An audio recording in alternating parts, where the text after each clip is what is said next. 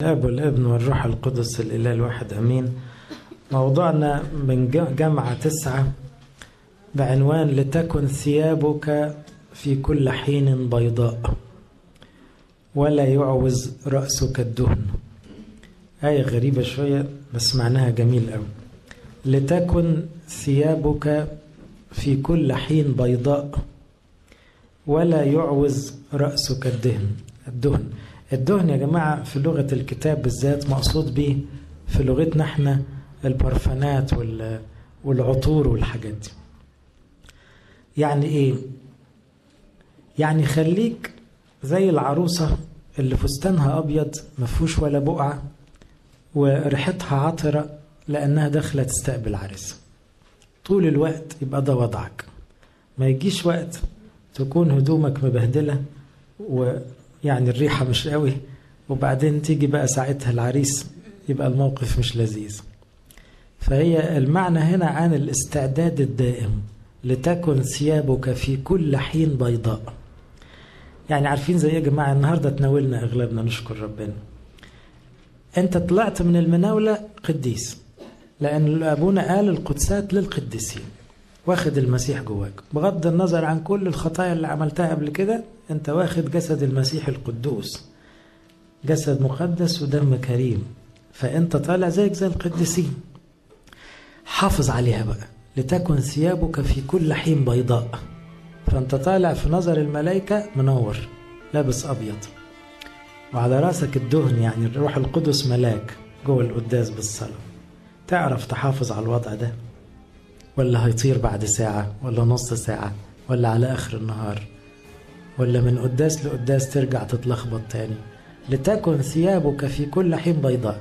عارفين لما تقول لابنها انت نازل الشارع وانت لابس لبس العيد ولابس شياكة فما تبهدلش روحك، تيجي بعد ساعتين تلاقيه لعب كورة وهدومه مشت وسخت اتقطعت. احنا ساعات نعمل كده، نمشي في الدنيا مش بس نتوسخ، هدومنا تتبهدل.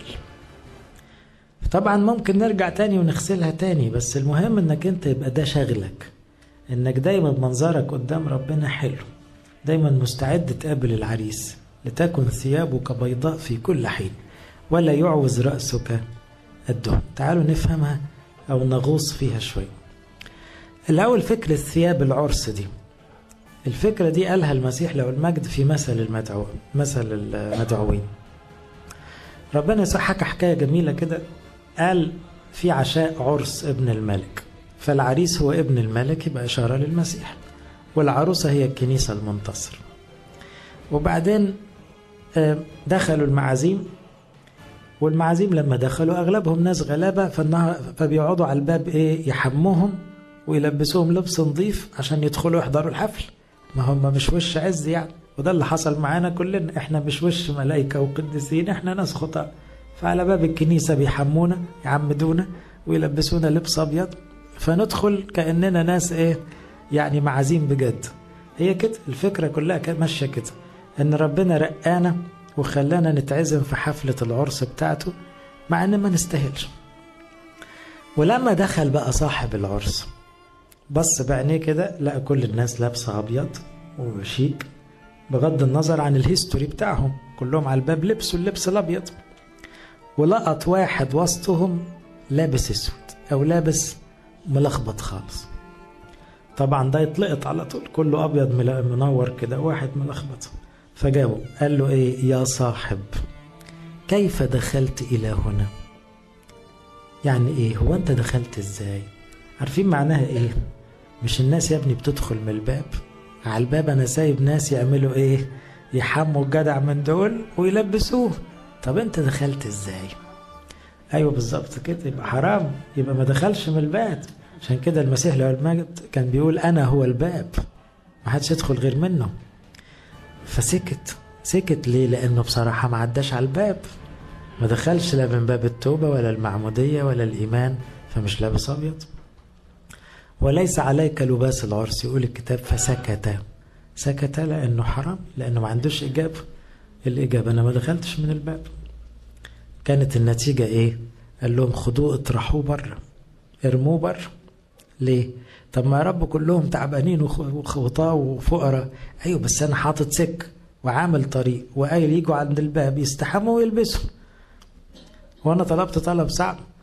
ده مش عاجبه النظام؟ حتى الطلب البسيط ده مش عاجبه؟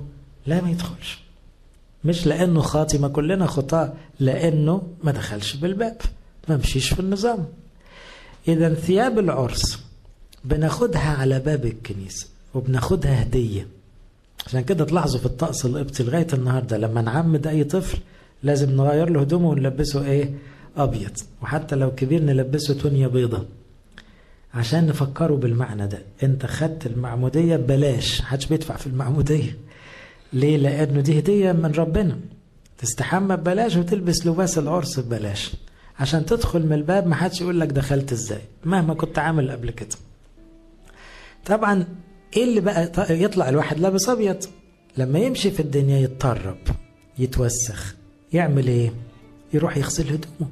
مش هيجيب هدوم جديدة، خلي بالكم، هو اللباس الابيض ده هيفضل معاه. انما المطلوب دلوقتي ايه؟ مجرد غسل الهدوم.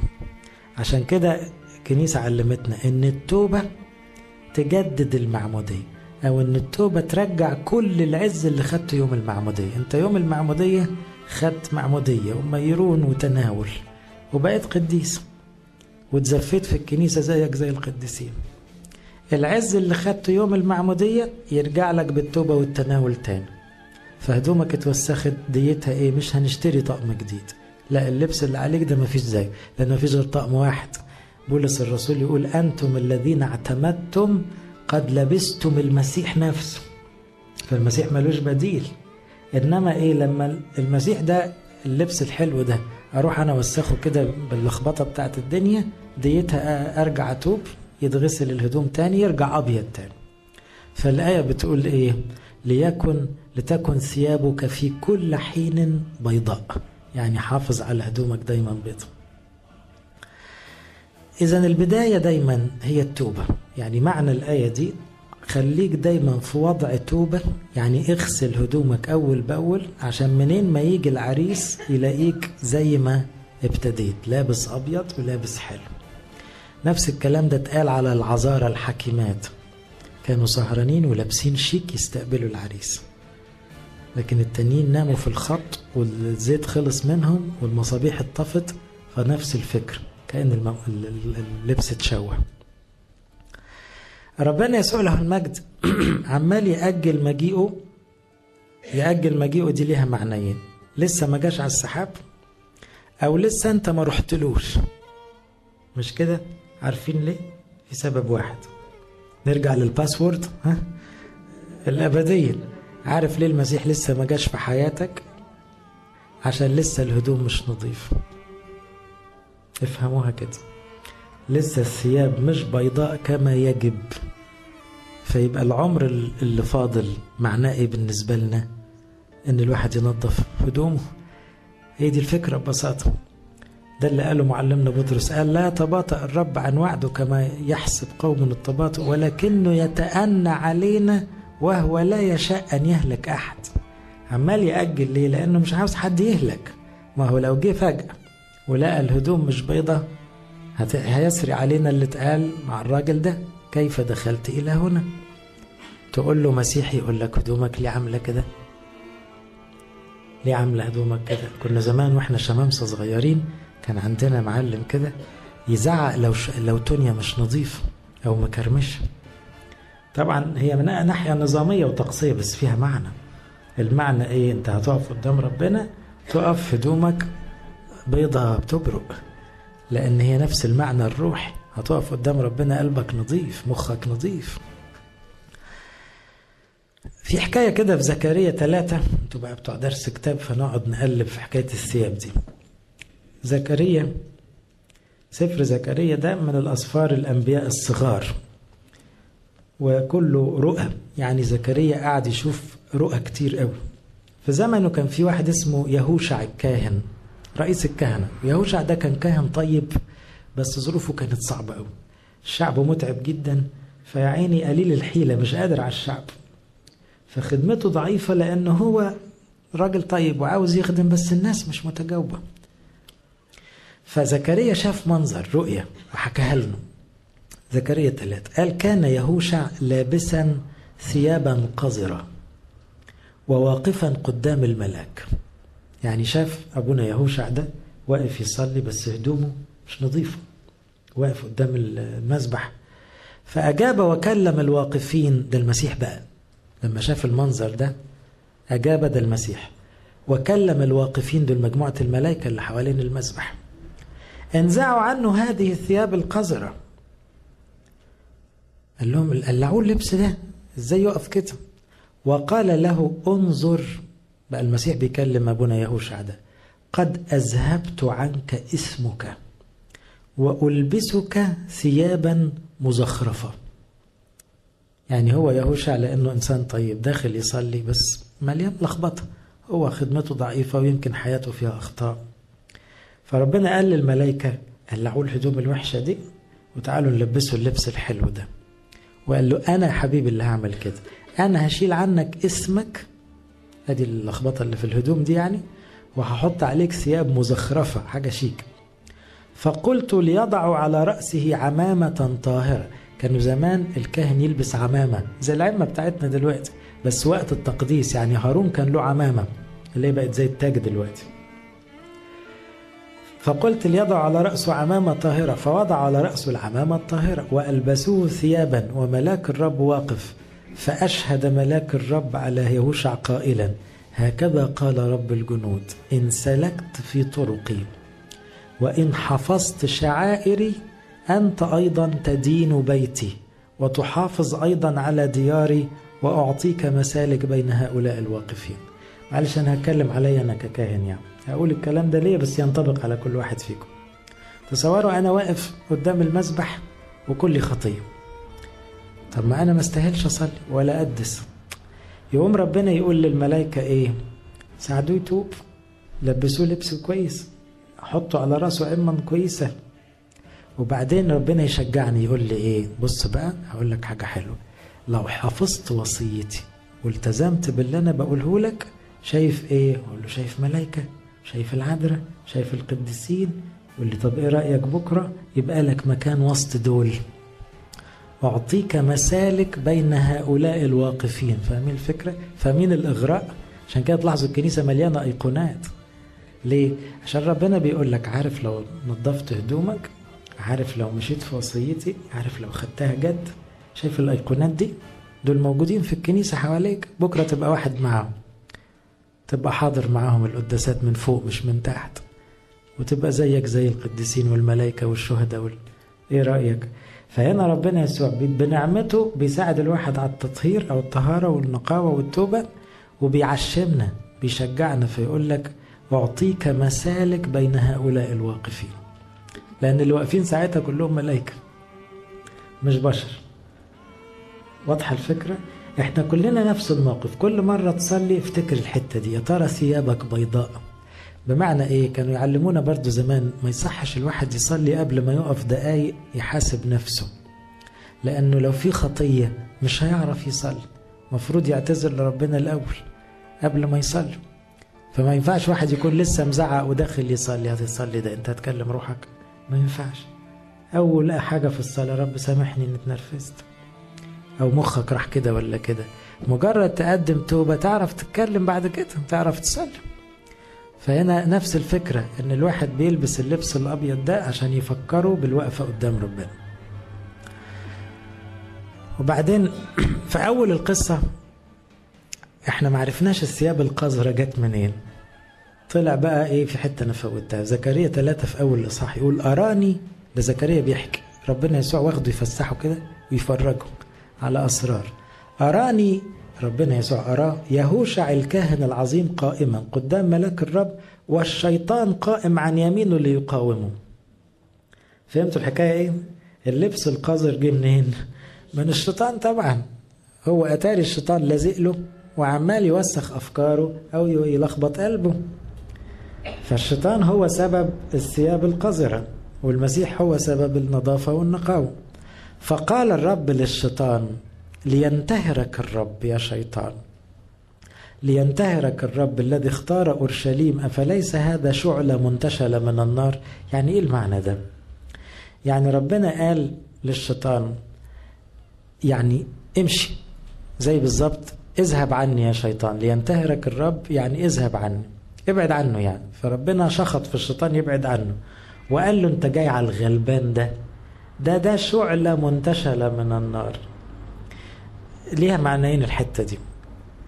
شعلة منتشلة من النار يعني تصور ان الشيطان كان ناويلك على نية وحشة ان يبقى مصيرك فين؟ في النار. يقوم المسيح من اتضاعه وحبه دخل ايده في النار وخد الجمرة دي، حتى لو ولعت ايديه بس طلعها من النار عشان يلحقك. فاهمين الفكرة؟ كلمة شعلة منتشلة، تصور انت ابنك بعد الشر يعني كانت النار هتمسك فيه، مش هتفكر في ايديك ولا هتفكر في حاجة، هتخطفه مهما ايديك حرقتك عشان تلحق تنقذه. ربنا عمل كده، لقانا كلنا شعلة منتشلة من النار فطلعنا من النار، شدنا كده عشان ينقذنا. المعنى الثاني برضو حتة طقسية كده.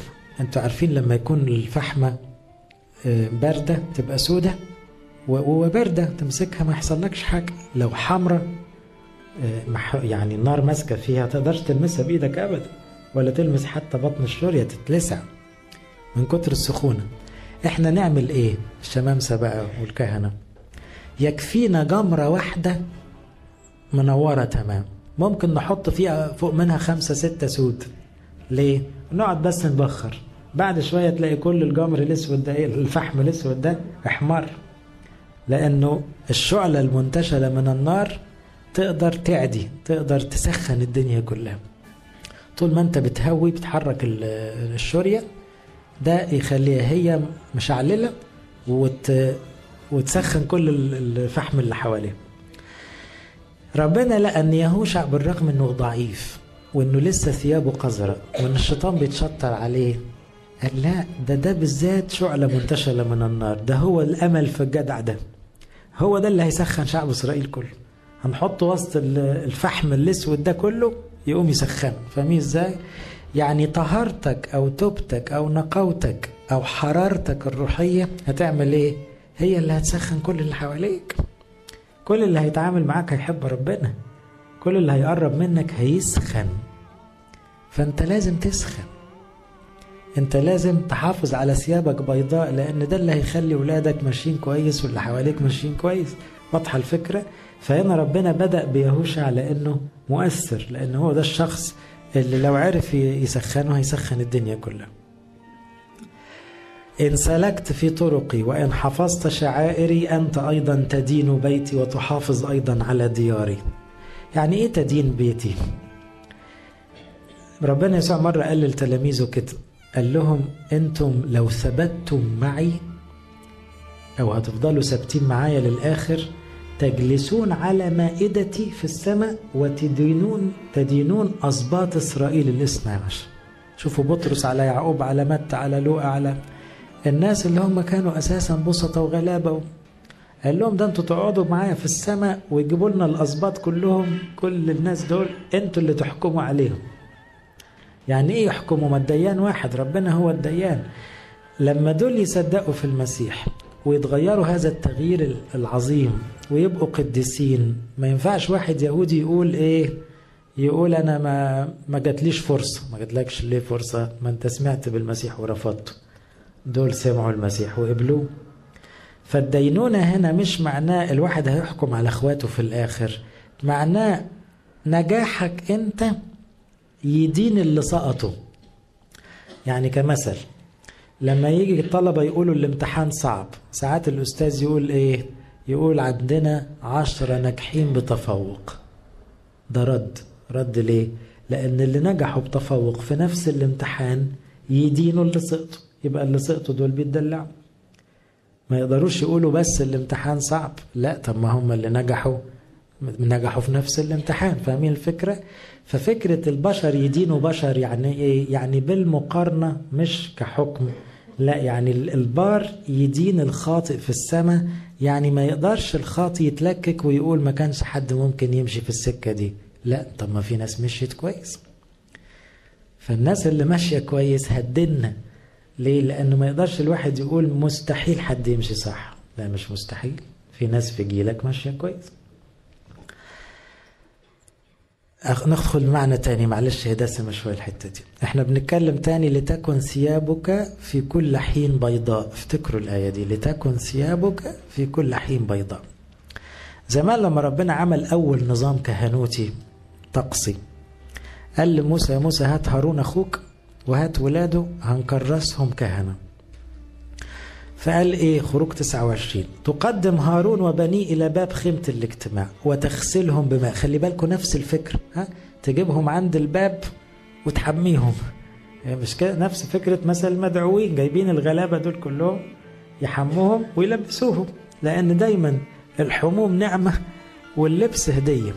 كله ببلاش عند ربنا، المعمودية ببلاش، واللبس الابيض ده اللي هو النعمة العهد الجديد ببلاش. وتأخذ الثياب وتلبس هارون القميص وجبة الرداء والصدرة، وتشده بزنار الرداء، وتضع العمامة على رأسه. ده كهنوت العهد القديم. وتجعل الإكليل المقدس على العمامة، يعني فوق العمامة دي في حاجة زي التاج كده. وتأخذ دهن المسحة، دي لسه هنقول، وتسكبه على رأسه، اللي هو الزيت المقدس، يحطه على دماغه كده فيبتدي يسيل على دقنه الزيت المعطر ده، ويدلدق كده على جسمه. وتمسحه، عشان كده اسمها مسيح. كلمة مسيح جاية من المسحة، يعني يمسحه كده بالزيت، زي ما بندشن الطفل. لو شفتونا واحنا بنعمد نمسك الطفل نمشي الزيت على جسمه كله كده 36 رشمة، فيبقى جسمه كله اتكرس وتقدس، بقى الروح القدس ساكن فيه.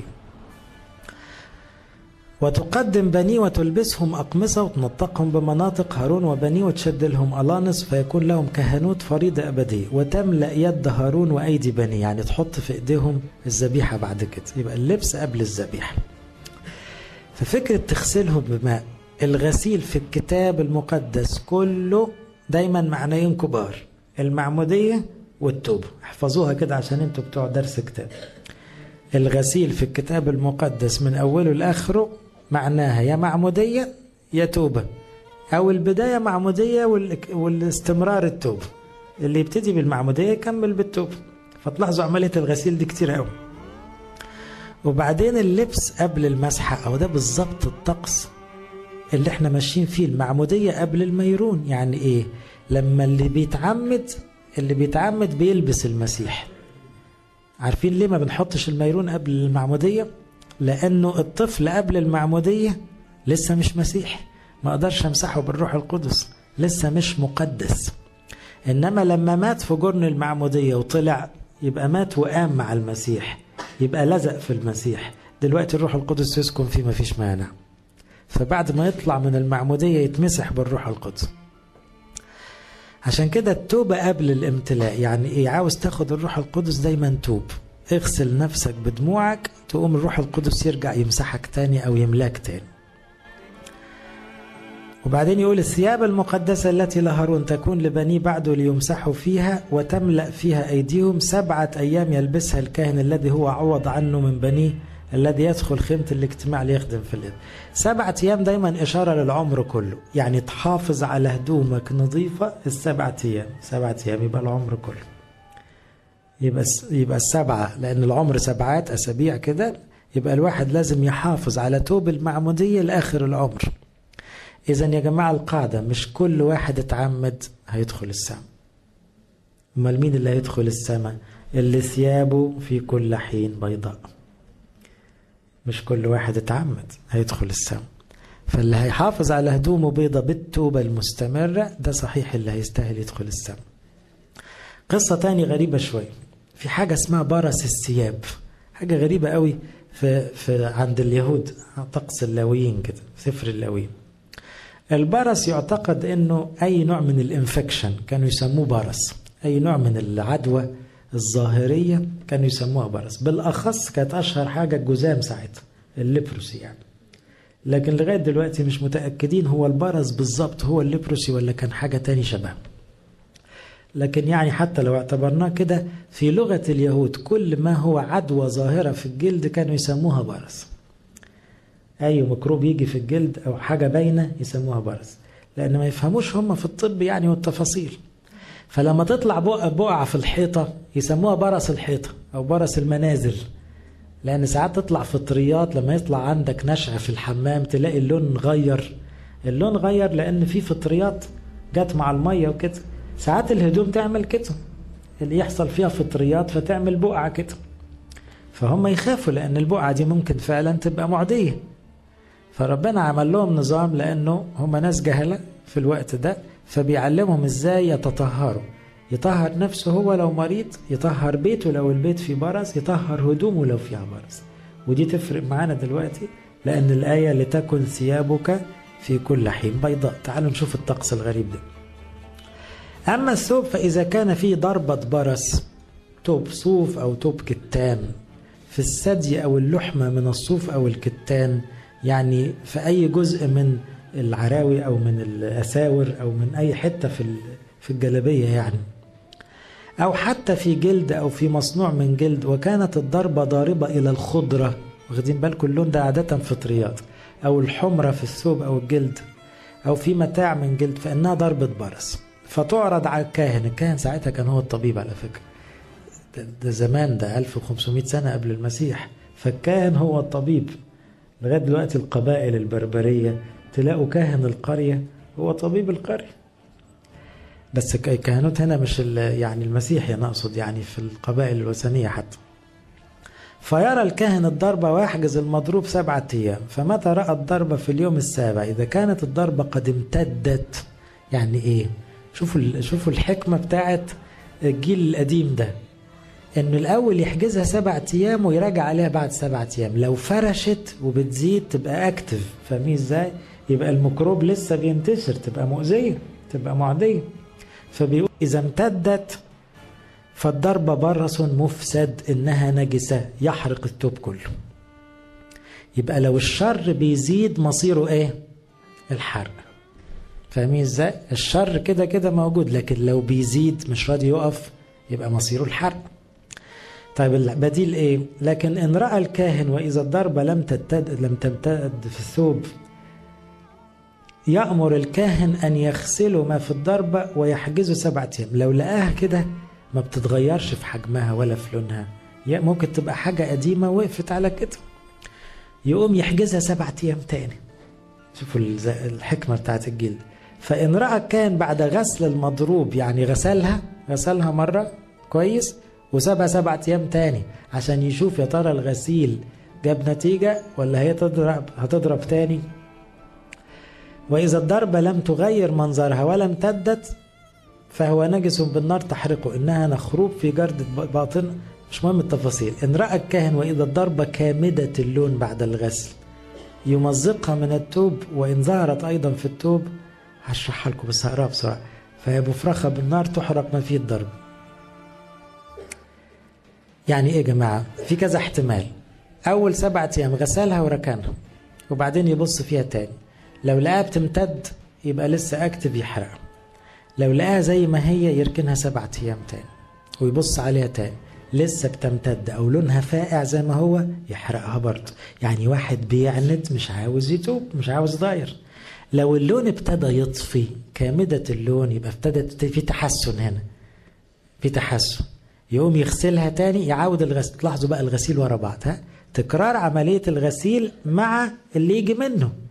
إنما واحد شره بيزيد أو مصر على شره يبقى توبته ملهاش معنى.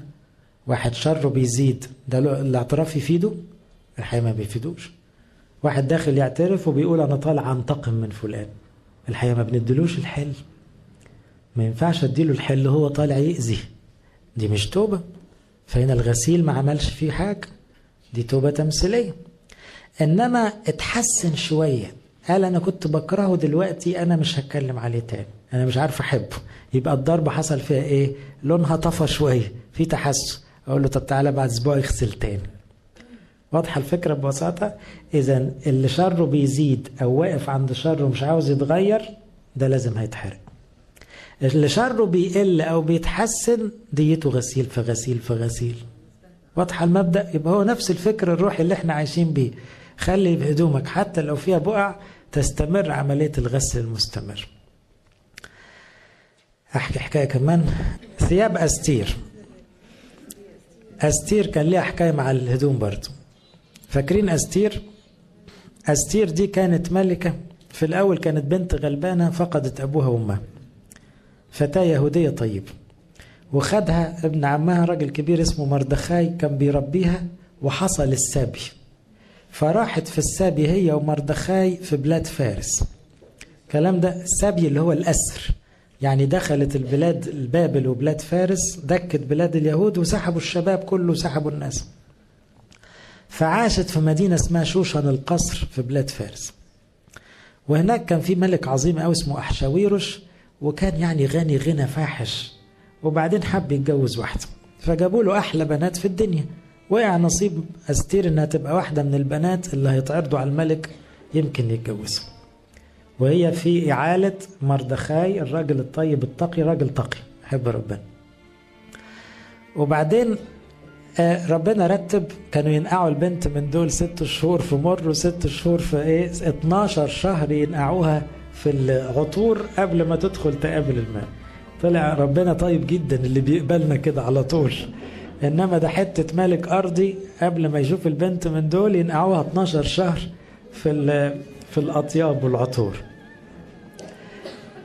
ربنا دبر من اجل خلاص شعبه ان جاء نصيب أستير تبقى هي الملكة، حبها واتجوزها، والحكاية ماشية كويس. كان في واحد مفتري اسمه هامان. هامان ده راجل كان بيكره اليهود وبيكره الناس كلها، لكن تسلق كده الرتب لغاية ما بقى مساعد الملك الأول. وبعدين كان في حاجة هنا غريبة شوية، انه مردخاي لانه راجل يهودي، كان هامان منين ما يمشي الناس تسجد للأرض، عامل نفسه ملك، والملك بتاعه ساكت عليه. مردخاي ما بيسجدش، فاتغاظ جدا وقرر يخلص من مردخاي، ومن غيظه قال لا مش كفاية مردخاي، إذا كان مردخاي ده يهودي أنا أعدم اليهود كلهم، وهو مش عارف أن أستير مرات الملك يهودية. فمردخاي عرف بالمنشور اللي طلع، فبعت لأستير قال لها شوف يا بنتي، احنا علينا كلنا حكم اعدام بما فيهم انت دلوقتي، والمنشور ما يرجعش تاني، تعملي تدخلي للملك تخليه يرجع في كلامه.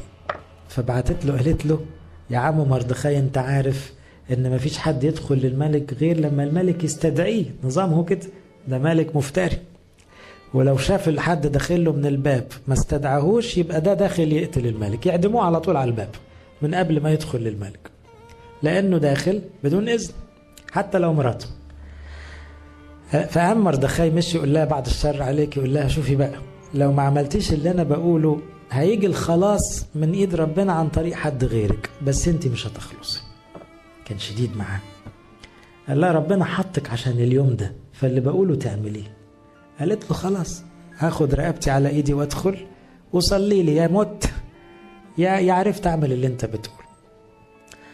وبعدين أنا مش عارف ليه بحكي الحكاية كلها، إنما هوصل لهدوم أستير دي، حكاية حلوة أصلا. المهم أستير صلت 3 أيام، هي صامت وصلت، ومردخاي صلى وصام، ودخلت وهي بتصلي وعارفة أنها ممكن سيف يضيع رقبتها. الملك أول ما شافها رفع القضيب كده بتاع الملك عليها عشان يديها إذن الدخول. فدخلت وقالت له إيه، طبعا متلجلجة ومرعوبة، فقالت له تيجي تتعشى عندنا النهارده، ما كانتش بتشوفه كتير يعني، وتجيب هامان معك. الراجل قال لها حاضر، اتعشى عندها، اتكسفت تتكلم، مش قادرة تتكلم لأنه حاسة الطلب صعب والهامان ده غالي عند الملك. قالت له طب ينفع بكرة كمان؟ متلجلجة عمالة تصلي. قال لها حاضر نيجي بكرة كمان. في الليلة دي بقى ربنا اتدخل، لما لقاها يا عيني مش قادرة تقول كل اللي عندها، الملك ما جالوش نوم، فطلع كتاب أخبار بيعملوا حاجة اسمها تسجيل، يعني ميموريز كده بتاعت كل يوم. فلقى ان مردخاي من كام سنة انقذوا من الموت، لانه في 2 من الشغالين بتوع الملك كانوا هيموتوه، واللي عرف بالمؤامرة مردخاي وبلغ الوزير، والوزير انقذ الملك. قال لهم احنا عملنا ايه لمردخاي ده؟ قالوا له ولا حاجة، ده في الليلة اللي هي ايه بين الزيارتين. فالملك قال مين في البيت؟ كان الفجر، كان هامان داخل بيحضر صليب لمردخاي، فدخل هامان قال لهم هاتوا لي هامان بسرعة. قول لي يا هامان لو أنا عاوز أكرم واحد آخر إكرام أعمل إيه؟ طبعا هامان افتكر الكلام على مين؟ على نفسه. قال له بص بقى، تقلع الخاتم اللي في صباعك وتحطه في صباعه، تجيب الفرس بتاعك تركبه، وتجيب أكبر واحد في المملكة يمشي قصاده ويصفر ويزمر ويقول الملك يرضى عليه يعمل له ويسوي. قال له تمام كده، كل اللي قلته روح اعمله مع مين؟ مع مردخاي. طبعا الراجل كان هيطرقع من الغيظ، راح يعمل كده، وبالليل هيتعزم عند أستير. فبقت الحكاية آخر زمن. دخل بالليل، فأستير اتجرأت شوية من كتر الصلاة، قالت له أنا عاوز أقول لك حاجة أنا مش طالبة من. قالت لا أنت لسه ما طلبتيش حاجة، بقالنا يومين مستنينك تطلبي. طب اطلبي نص المملكة. قالت له لا أنا طالبة عمري بس، طالبة أن أنا أعيش أنا وأهلي أنا وشعبي. قال لها ده مين ده اللي يتجرأ يمس شعرة من عندك؟ قالت له الراجل ده على هامان. فالملك اتغاظ جدا وفهم القصة، فهو بقى قاعد يحايل الملكة. قال له انت لسه بتكلم الملكة؟ طلعوه بره. اتصلب على الصليب بتاع مردخاي، زي ما الشيطان هو اللي مات على صليب المسيح. المسيح قام من الموت، لكن اللي راح قوته كلها الشيطان. نرجع لحكاية أستير ولبسها. يقول لما بلغت نوبة أستير ابنة أبيجايل عم مردخاي الذي اتخذها لنفسه ابنة للدخول للملك لم تطلب شيئا. أنا قصدت بإيه بكده؟ في الأول خالص بقى لما أستير كانت واحدة من المرشحات للجواز، كانت كل عروسة تدخل تطلب اللي هي عاوزاه. لو طلبت جواهر الدنيا يجيبوا لها، واخدين بالكم؟ هم يلبسوها ويشيكوها ويحطوا العطور والكلام ده بعد 12 شهر عطور، وبعدين تطلب اللي هي عاوزاه. أستير لأنها غلبانة وتقية قالوا لها تطلبي إيه؟ قالت ولا حاجة. يا بنتي أنت داخلة للملك، ده أنت داخلة في منافسة مع 7 ملكات جمال، لازم تطلبي. قالت لهم مش عاوزة حاجة. اللي يقول عليه هيجاي ده اللي كان مسؤول عن المشروع ده اسمه حارس النساء. وكانت أستير تنال نعمة في عيني كل من رأى. وأخذت أستير للملك أحشاويرو إلى بيت ملكه في السنة 7 لملكه، فأحب الملك أستير أكثر من جميع النساء، ووجدت نعمة وإحسانا قدامه أكثر من جميع العذارى، فوضع تاج الملك على رأسها وملكها. كل الآباء في القصة دي، الآباء القديسين اللي بيفسروا الإنجيل، عجبهم قوي حكاية أحشاوير وأستير، مش لأنها قصة لذيذة، لأن تخيلوا ربنا له المجد الملك الحقيقي مين اللي يعجبه بقى؟ مش الجمال العادي. جمال البنت دي في ايه؟ في كذا حته. ليه دي بالذات شدت انتباهه؟ مطيعه جدا لمردخاي.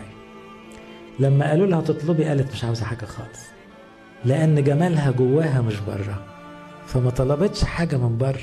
كل الناس تتجمل من بره، انما دي قلبها حلو. فلما قالوا لها تطلبي اي شيء قالت لهم ولا حاجه، هتدخلي كده من غير لا ميك اب ولا بتاع، مش مهم، أنا أدخل زي ما أنا كده. فعجبت الملك جدا. فكانت إشارة للإنسان اللي بيتزين بقلبه. ده التعبير اللي استخدمه بطرس لما قال لا تكن زينتكن الزينة الخارجية، لكن زينة القلب الوديع الهادي الذي هو قدام الله كثير الثمن. فده مقصود بقى ثياب العرس. احنا ما بنقصدش لبس من بره يا جماعة، نقصد ان ربنا يبص على قلبك يعجبه قلبك طيب، تحب الناس كلها، تصلي للناس كلها، تعذر الناس كلها، متواضع، حاسس انك اخر الكل، زي قلب العذراء. كل مجدها ابنة الملك من داخلها مش من خارج.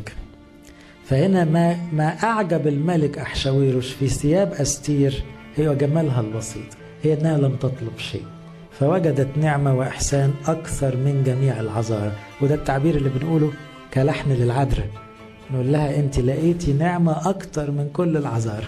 بنقول الكلمة دي على العذراء في اللحن. بقية القصة أنا حكيتها فإيه، نقرأ بس أستير 5.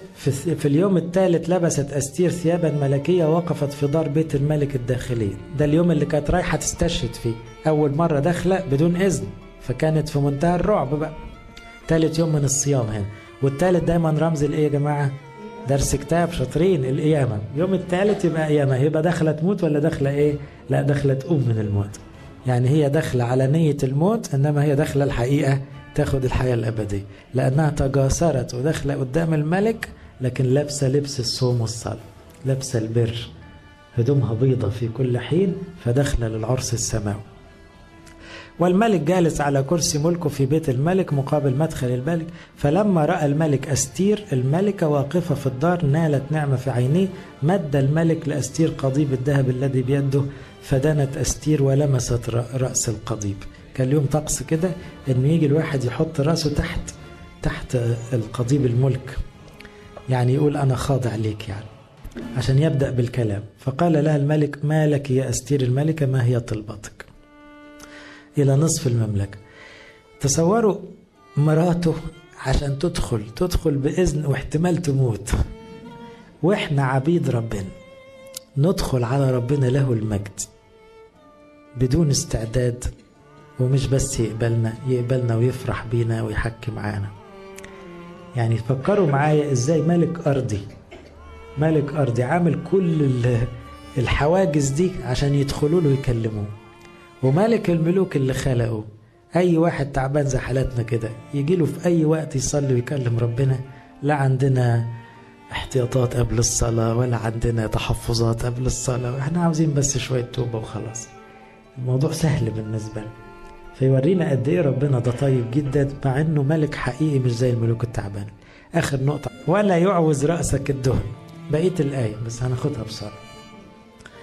الآية بتقول ايه؟ لتكن ثيابك في كل حين بيضاء ولا يعوز رأسك الدهن. انا نفسي كل ما تيجوا تلبسوا افتكروا الآية دي، كل ما تحطوا برفانات افتكروا المعنى ده، لا يعوز رأسك الدهن.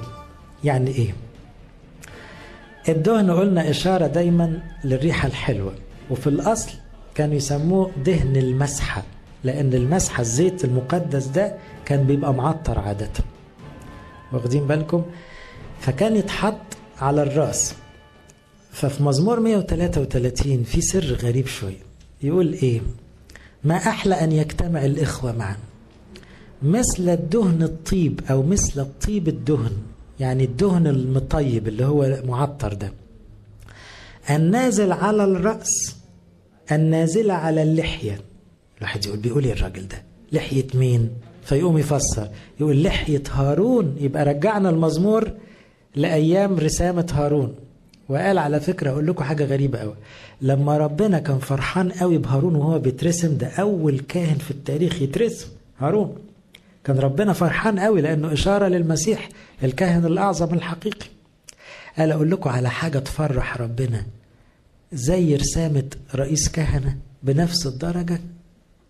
أقول له إيه ده؟ إيه اللي يفرح ربنا زي يوم عظيم تاريخي زي كده؟ يقول لهم مجرد أشوف ناس بتحب بعض، ناس بيحبوا بعض. لأن أول المزمور إيه؟ ما أحلى أن يجتمع الإخوة معا. أدي البداية.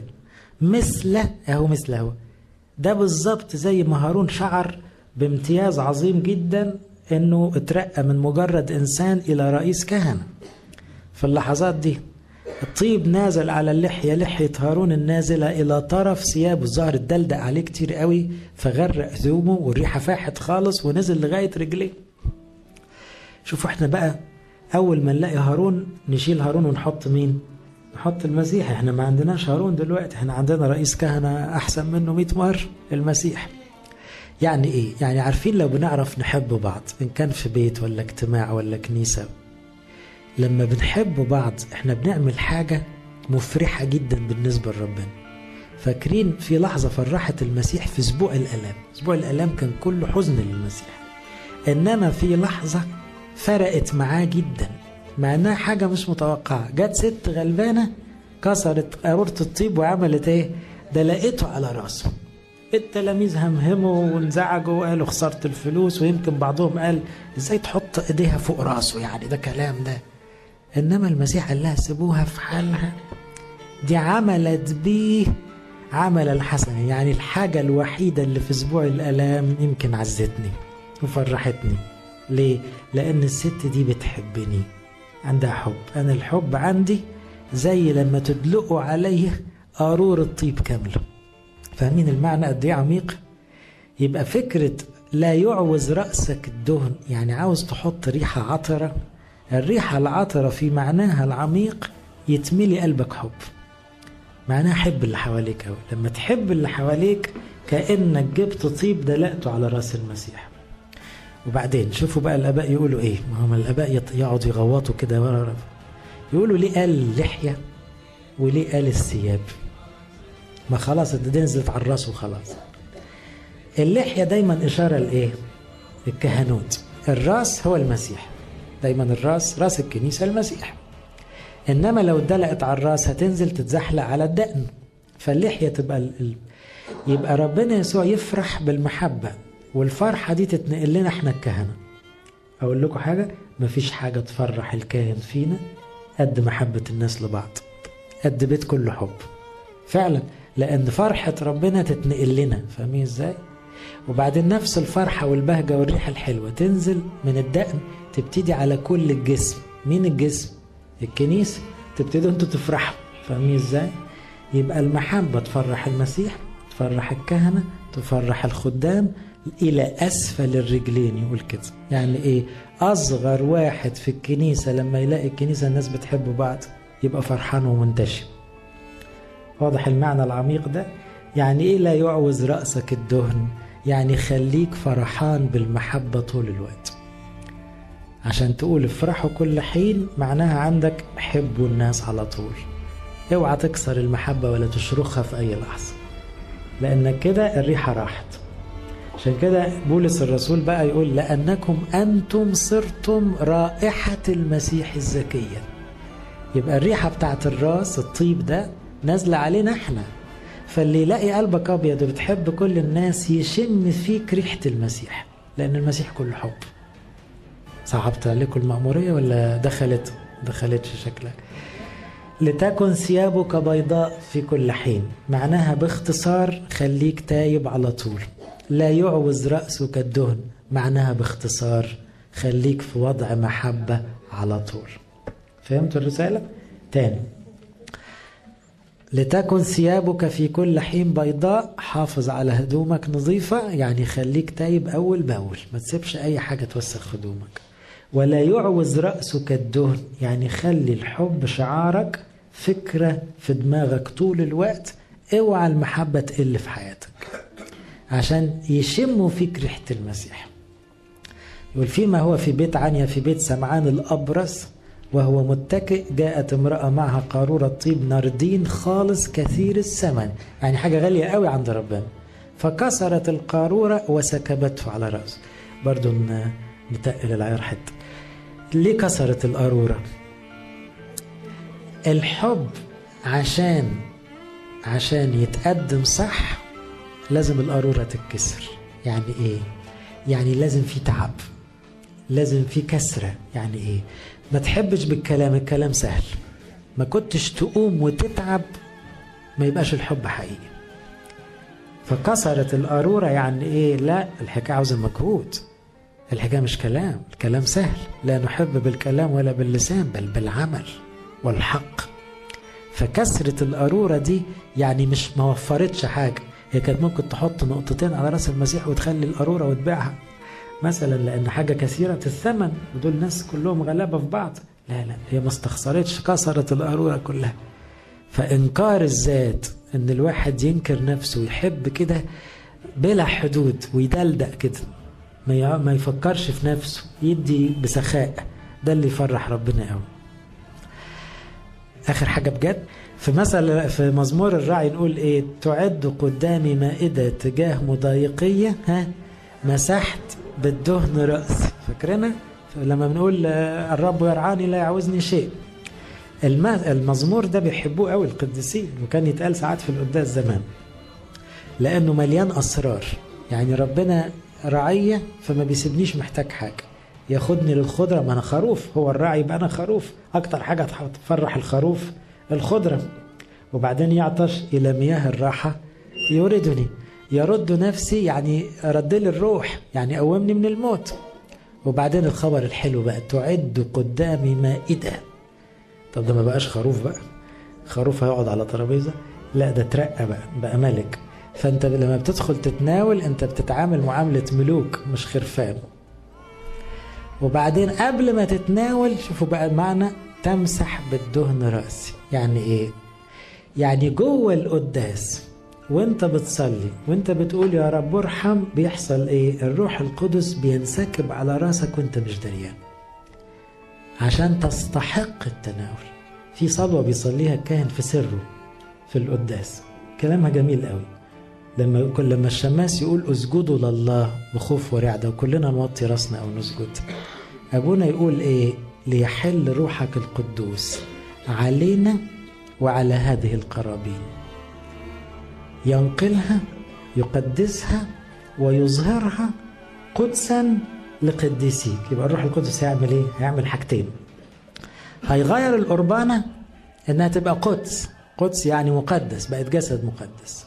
والجماعة الغلابة اللي واقفين في الكنيسة الخطاة دول وعلى رأسهم الكاهن، قدسا لمين بقى؟ لقديسيك. فيتحولوا في اللحظة دي من مجموعة خطاة مليانين خطية، الروح القدس يدخل عليهم دلوقتي ويقدسهم. عشان كده بعدها كاهن يصرخ ويقول ايه؟ هذه القدسات للقديسين. يبقى قبلها ايه اللي عمل النقلة الكبيرة دي؟ ان القربانة بقت جسد مقدس والخاطي ده بقى قديس، الروح القدس. فهنا تعد قدامي مائدة وتمسح بالدهن رأسي. عشان كده يقول كأسي ريا، أو كأسي امتلأت وفاضت، أو كأسي شبعتني. يعني لما أجي أخد من الدم بقى مش مصدق روحي، أنا الخاطي ألمس دم المسيح نفسه، أكل جسده بنفسي. أنا الإنسان اللي كل خطية. منين اعتبروني قديس؟ عشان الروح القدس نزل عليك هذا الدهن، امتلأت بالروح القدس فاستحقيت هذه اللحظة المقدسة. لإلهنا كل مجد وكرم الأبد.